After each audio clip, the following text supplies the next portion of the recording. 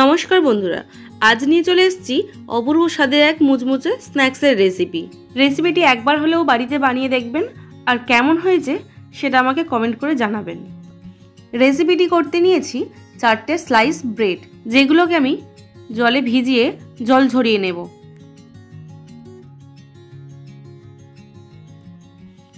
এভাবে চেপে সম্পূর্ণ জলটা বের করে দিচ্ছি।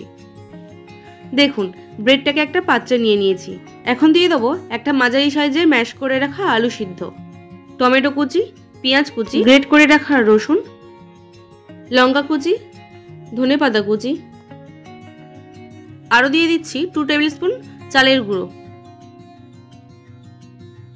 এখন সমস্ত কিছুকে একটু ভালোভাবে মিশিয়ে নিয়ে এর মধ্যে কিছু গুঁড়ো মশলা অ্যাড করব।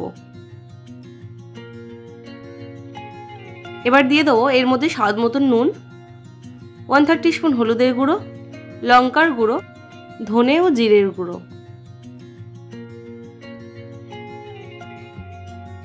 এখন আবারও সমস্ত কিছুকে খুব ভালোভাবে মিশিয়ে নেব। দেখুন, মাখানো একদম কমপ্লিট। এখন 2 হাতে তালুতে কিছুটা পরিমাণ তেল মাখিয়ে নিয়ে কিছুটা পরিমাণ মিশ্রণ হাতে নিয়ে লম্বা লম্বা আকারে শেপ দেব। আপনারা চাইলে যে কোনো আকারেই শেপ দিতে পারেন। দেখুন, আমার শেপ দেওয়া হয়ে গেছে। আর এই একই শেপে বাকি মিশ্রণটা আমি বানিয়ে নেব। দেখুন, সবগুলো আমার ফ্রাই করবার জন্য রেডি হয়ে গেছে। অন্যদিকে কড়াইতে বেশ কিছুটা পরিমাণ সাদা তেল আমি গরম করে নিয়েছি। এরই মধ্যে একে একে স্ন্যাক্সগুলো ছেড়ে দিচ্ছি। তবে খেয়াল রাখবেন, তেলটা খুব হিট করে ফেলবেন না, তাহলে স্ন্যাক্সগুলো দিতেই পুড়ে উঠবে। একটা সাইড হালকা ভাজা হয়ে যাওয়ার পর উল্টে পাল্টে অন্য সাইডটা আমি ভেজে নেব।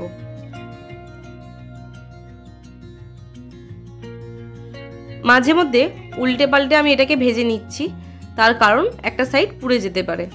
দেখুন, খুব সুন্দর একটা কালার চলে এসছে আর বাইরের কোটিংটা বেশ শক্তও হয়ে গেছে।